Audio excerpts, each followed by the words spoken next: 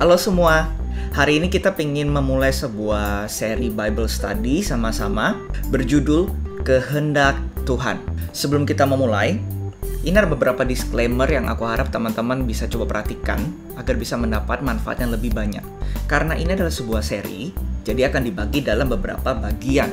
Jadi kalau misalnya teman-teman ketinggalan satu atau mungkin miss di tengah, lebih baik teman-teman mundur dan coba selesaikan secara berurutan karena di beberapa bagian itu pemahamannya tidak akan lengkap jika ada yang miss.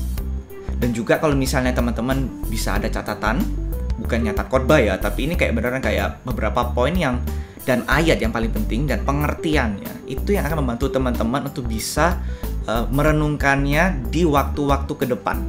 Jadi makin ada catatan, makin bagus untuk kebaikan teman-teman sendiri.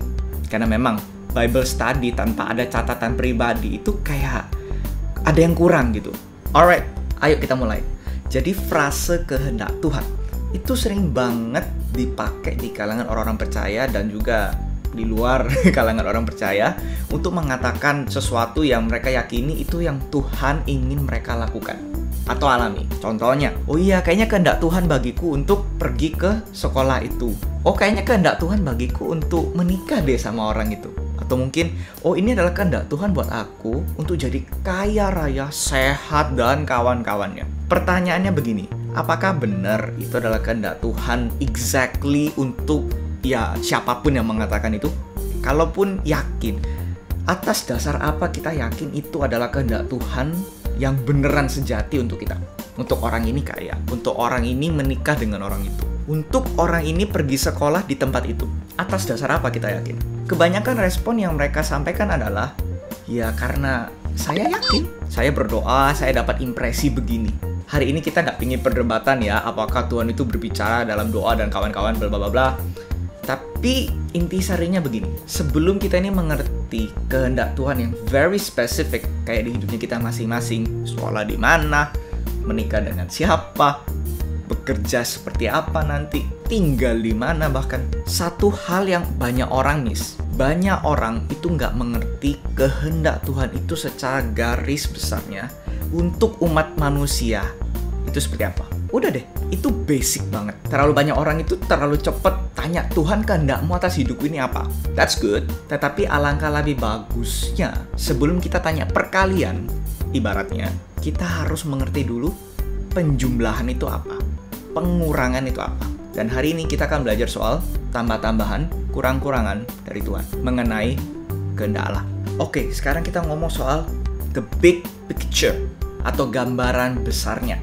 Kehendak Tuhan buat umat manusia itu seperti apa? Kita buka firman Tuhan sama-sama. Matius 6 ayat 10. Datanglah kerajaanmu, jadilah kehendakmu di bumi seperti di sorga. Ini adalah doa Tuhan Yesus yang Tuhan Yesus ajarkan ke murid-murid. Itu ya doa Bapa kami. Banyak teman-teman pasti udah tahu. Tapi kalian tahu nggak teman-teman yang menarik di sini doanya apa? Jadilah kehendakmu. Kehendak siapa ini? Bapa di sorga. Apa kehendaknya Bapa di sorga? Well, kalau ngomong konteks ayat firman Tuhan di sini, persis kalimat setelah jadilah kehendakmu muncul kalimat di bumi seperti di sorga. Garis bawahi kata di bumi seperti di sorga. Kenapa ini penting? Karena frase di bumi seperti di sorga itu bukan sesuatu yang baru di dalam firman Tuhan. Teman-teman tahu nggak, di Kejadian awal penciptaan sebelum manusia jatuh dalam dosa, itu di Taman Eden ya, di bumi itu Tuhan itu bisa berjalan-jalan di taman di siang hari. Itu suasananya surga banget, bukan karena lokasinya itu surga, tapi karena ada Tuhan literally hidup bersama dengan manusia di sana. Literally. Tapi yang menariknya di mana? Bukan cuma kejadian loh. Not just in the beginning, tapi at the end of the scripture, yaitu di kitab Wahyu, itu juga dimention loh soal frase ini. Wahyu 21 ayat 1 sampai 2. Lalu aku melihat langit yang baru dan bumi yang baru. Sebab langit yang pertama dan bumi yang pertama telah berlalu, dan laut pun tidak ada lagi. Dan aku melihat kota yang kudus, Yerusalem yang baru, turun dari sorga, dari Allah, yang berhias bagaikan pengantin perempuan yang berdandan untuk suaminya. Teman-teman tahu nggak? Ini di ujung-ujung akhir kitab Wahyu. Sudah mau selesai ini, pencatatan kitab Wahyu di bagian sini. Dan yang menarik apa? Ini adalah sebuah janji Tuhan, prediksi akan datang yang akan digenapi. Yaitu apa? Akan ada Yerusalem baru turun dari sorga. Aku nggak ngerti ya, definisi maksud turun dari surga kayak kotanya turun gitu langsung nempel di bumi. I have no idea. Tapi di passage lain itu dikatakan nanti ada langit baru, ada bumi yang baru. Dikatakan demikian. Jadi ini implikasinya buat kita dulu apa? Guys, kalau hari ini kita merasa kita mati masuk surga, that's the end of it. Benar, tapi bukan yang akurat itu seperti itu. Karena firman Tuhan mengatakan akan ada langit baru dan ada bumi yang baru. Jadi bumi yang kita tinggal sekarang ini akan lenyap. Cuma ada dua kemungkinan. Apakah Tuhan akan menghancurkan bumi yang ada lalu bikin bumi yang baru, atau Tuhan memperbarui bumi yang sekarang menjadi yang baru. Untuk setiap orang yang hidup di dalam Tuhan dari perjanjian lama sampai perjanjian baru, kita akan hidup memerintah dengan Tuhan itu bersama-sama. Seperti Kejadian. Karena ibarat Tuhan ini cuman apa ya? Ini ibaratnya kayak Tuhan ini mengembalikan manusia ke rancangan semula agar apa? Manusia itu bisa memerintah bersama-sama dengan Tuhan. Di mana? Di bumi. Makanya ada bumi yang baru, bukan bumi yang lama. Menarik ya teman-teman ya. Jadi kita ujung-ujungnya itu bukan di sorga. Kita akan ada di bumi baru, langit yang baru bersama dengan Tuhan, memerintah. Jadi dari kesimpulan ini so far apa? Sorga dan bumi itu bersatu. Itulah yang disebutkan di dalam firman, langit baru, bumi yang baru. Kenapa? Karena ada Tuhan di sana memerintah bersama-sama dengan kita. Itu kehendak Tuhan untuk umat manusia. At the very end, di akhir ujung dari semua yang kita lalui sepanjang sejarah umat manusia, ujung-ujungnya itu apa? Tuhan ingin memerintah bersama dengan manusia di bumi baru, langit yang baru. Ketika sorga bertemu dengan bumi. Penggenapan itu masih nanti. Makanya nggak heran Yesus berdoa demikian agar kerajaan Tuhan itu datang di bumi seperti di sorga. Ini adalah sebuah doa yang diajarkan untuk kita, tapi at the same time ini juga berbau seperti nubuatan akan apa yang akan terjadi ke depan. Bahwa nanti bumi dan sorga itu akan bersatu, muncullah langit baru dan bumi yang baru. Entah diciptakan, entah Tuhan perbarui, intinya kita nggak akan tinggal di bumi yang sama sekarang. It's gonna be different. Karena ada Tuhan literally bersama-sama dengan kita di sini. Oke, itu poin pertama. Poin yang kedua, seperti juga yang sudah disebutkan di poin pertama, yaitu Tuhan akan memerintah bersama-sama dengan umatnya. Ini ada banyak sekali ayat, jadi kita dengan cepat ya. Kejadian 1 ayat 28. Allah memberkati mereka, lalu Allah berfirman kepada mereka, beranak cuculah dan bertambah banyak. Penuhilah bumi dan taklukkanlah itu, berkuasa atas ikan-ikan di laut dan burung-burung di udara dan atas segala binatang yang merayap di bumi. Jadi teman-teman perhatikan ya, ini adalah sebuah pertama kalinya Tuhan itu memerintahkan untuk manusia itu bisa reigning atau memerintah atas ya ada apa yang ada di bumi. Jadi ini pertama kalinya Tuhan itu memerintahkan manusia untuk bisa berkuasa memerintah di bumi atas ciptaan yang ada. Ini desainnya Tuhan untuk manusia awalnya. Tetapi karena jatuh dalam dosa, jadi mau nggak mau terpaksa ini harus tertunda. Makanya menantikan ketika ada langit baru dan bumi baru di mana tidak lagi dosa, kita nggak bisa lagi dicobai oleh dosa, disitulah janji Tuhan ini akan digenapi. Dan ini pun makin kelihatan di ayat firman Tuhan lainnya. Matius 24 ayat 45-47. Siapakah hamba yang setia dan bijaksana yang diangkat oleh tuannya atas orang-orangnya untuk memberikan mereka makanan pada waktunya? Berbahagialah hamba yang didapati tuannya melakukan tugasnya itu. Jadi orang yang setia ya. Ketika Tuhan itu datang, aku berkata kepadamu, sesungguhnya Tuhan itu akan mengangkat dia menjadi pengawas segala miliknya. Jadi implikasinya ini orang yang setia itu dia akan diangkat sama tuannya, which is implikasi adalah Tuhan sendiri akan diangkat untuk menjadi pengawas segala miliknya. Jadi orang yang punya otoritas, orang yang punya kuasa untuk bisa memerintah atau mengawasi apa yang menjadi milik Tuhan ya, which is ya the creation itself ibaratnya. 2 Timotius 2:12. Jika kita bertekun, kita pun akan ikut memerintah dengan dia. Jika kita menyangkal dia, dia pun akan menyangkal kita. Ini perkataannya Rasul Paulus. Implikasinya bisa banyak. Memerintah dengan dia ini seperti apa? Memerintahnya, well, nggak dijelaskan dengan detail. Tetapi implikasinya apa? Kita akan rule with God. Jika kita bertekun, mungkin dalam artian ini lebih ke arah mungkin bertekun dalam imannya kita, kesetiaan kita ke Tuhan, kita ikut Tuhan terus sampai Tuhan panggil, ya kita akan masuk dalam kemuliaan Tuhan. Dan kita akan memerintah bersama dengan Tuhan nanti. Wahyu 2 ayat 26-27. Dan barang siapa menang dan melakukan pekerjaanku sampai kesudahannya. Jadi barang siapa yang menang ya ini, kepadanya akan kukaruniakan kuasa atas bangsa-bangsa. Ini janji Tuhan. Dan ia akan memerintah mereka dengan tongkat besi. Mereka akan diremukkan seperti tembikar tukang periuk, sama seperti yang kuterima dari Bapakku. Sekali lagi, sebuah janji yang diberikan bagi siapa yang menang di dalam versinya Tuhan di sini. akan dikaruniakan kuasa atas bangsa-bangsa. Dan ia akan apa? Memerintah mereka. Memerintah itu sudah obvious banget gitu loh. Memerintah. 1 Korintus 6 ayat 2-3.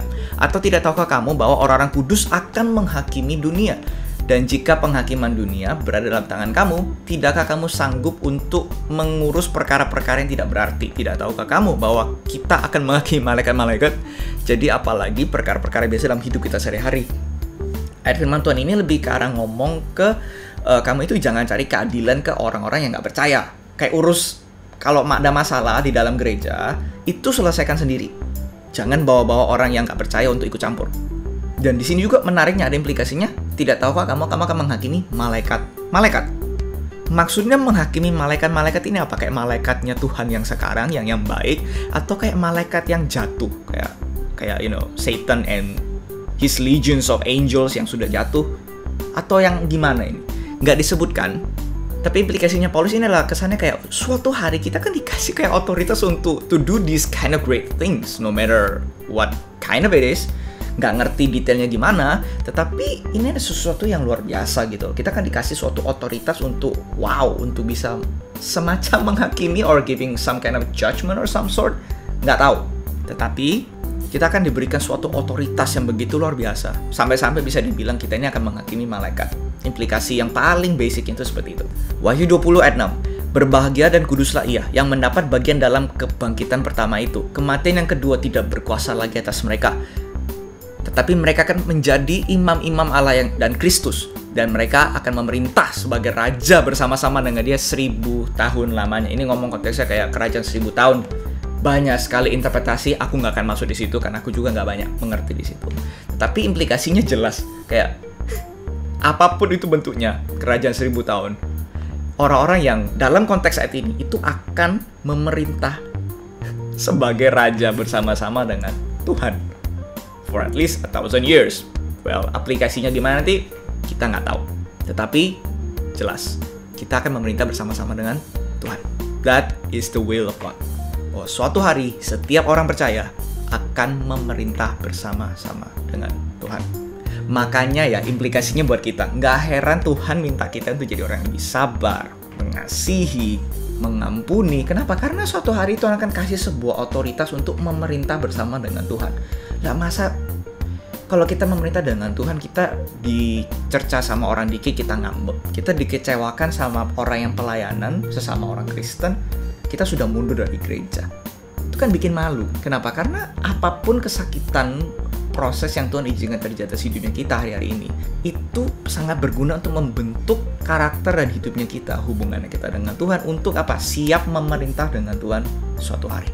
Jadi, jangan cengeng ya. Kehendak Tuhan yang ketiga, nggak ada lagi air mata, rasa sakit, kesengsaraan, dan selamanya akan ada kedamaian. Wahyu 21 ayat 4. Dan ia akan menghapus segala air mata dari mata mereka, dan maut tidak akan ada lagi. Tidak akan ada lagi perkabungan atau ratap tangis atau duka cita, sebab segala sesuatu yang lama itu telah berlalu. Ini obviously ini ngomong sudah kekekalan ya. Ini udah ngomong soal antara Yesus dari sorga, dan maksudnya sudah selesai lah dari bumi yang sekarang ini udah lewat. Makanya ini berlaku. Gak mungkin lagi kita merasakan sakit, akan damai selamanya karena ada Tuhan literally bersama-sama kita, bisa kita lihat, bisa rasakan, bisa sentuh. Tidak seperti hari ini kita berhubungan dengan Tuhan dengan iman. Dan ini menarik. Yesaya 65 ayat 17-25. Aku nggak akan bacakan ya karena terlalu panjang kalau dibaca semua. Tetapi intisarinya kalian perhatikan deh beberapa bagian aku coba highlight, coba teman-teman perhatikan ya. Dari yang pertama aja loh, sebab sesungguhnya aku menciptakan langit yang baru dan bumi yang baru. Ini kayak literally ya, itu aku bilang tadi. Langit yang baru, bumi yang baru. Berarti kayak ini ngomong sudah nanti banget. Tetapi jujur secara pribadi aku masih nggak ngerti aplikasi persisnya ini how, tapi aku rasa ini ngomong soal hal yang sama. Intisarinya hal yang sama, bahwa suatu hari semua itu akan baik. Bukan cuma baik-baik saja, akan menjadi luar biasa indah bersama dengan Tuhan. Tapi apakah aku anggap ini adalah sebuah nubuatan langsung ngomong tentang kekekalan? Well, mungkin, tapi aku juga masih nggak yakin 100%. Kenapa? Karena di bagian tertentu ini yang di-highlight, coba perhatikan. Di sini dibilang, di situ tidak akan ada lagi bayi yang hanya hidup beberapa hari atau orang tua yang tidak mencapai umur suntuk. Sebab siapa yang mati pada umur 100 masih akan dianggap muda. Dan siapa yang tidak mencapai umur 100 tahun akan dianggap kena kutuk. Implikasinya apa? Orang akan hidup sangat panjang sekali di sini. Tapi aku bingung, kalau misalnya ini adalah kekekalan, harusnya tidak ada kematian. Itu obvious. Tapi kalau sampai bisa dibilang cuman umur panjang dan tidak akan mati lagi, itu berbeda. Umur panjang itu umurnya sangat panjang, tapi suatu hari dia akan mati. Tetapi orang yang sudah immortal atau kekal, ya dia nggak akan pernah mengalami kematian lagi.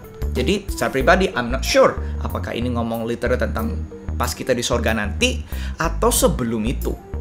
Ini salah satu interpretasi kerajaan 1000 tahun. Kita akan hidup sangat lama, mungkin saja. Aku sementara masih berpegang tentang kerajaan 1000 tahun, itu akan datang. And I think it's quite true, for now.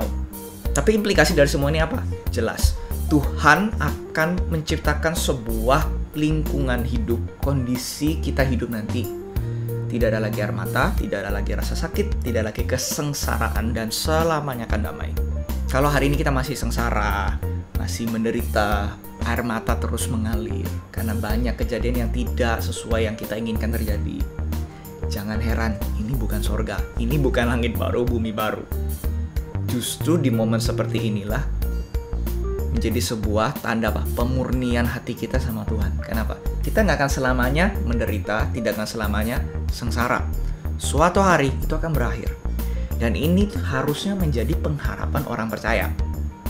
Sorry to say, bukan mujizat. Jadi bukan mujizat, tiap kali kita sengsara, Tuhan tolong. Puji Tuhan kalau Tuhan tolong. Tetapi intisarinya jadi pengharapan yang bikin orang Kristen berbeda itu apa? Yaitu ayat ini, ayat-ayat yang kita baca ini. Bahwa suatu hari, ini semua itu akan berakhir. Penderitaan yang kita alami hari ini, itu nggak sebanding dengan kemuliaan yang nanti akan datang.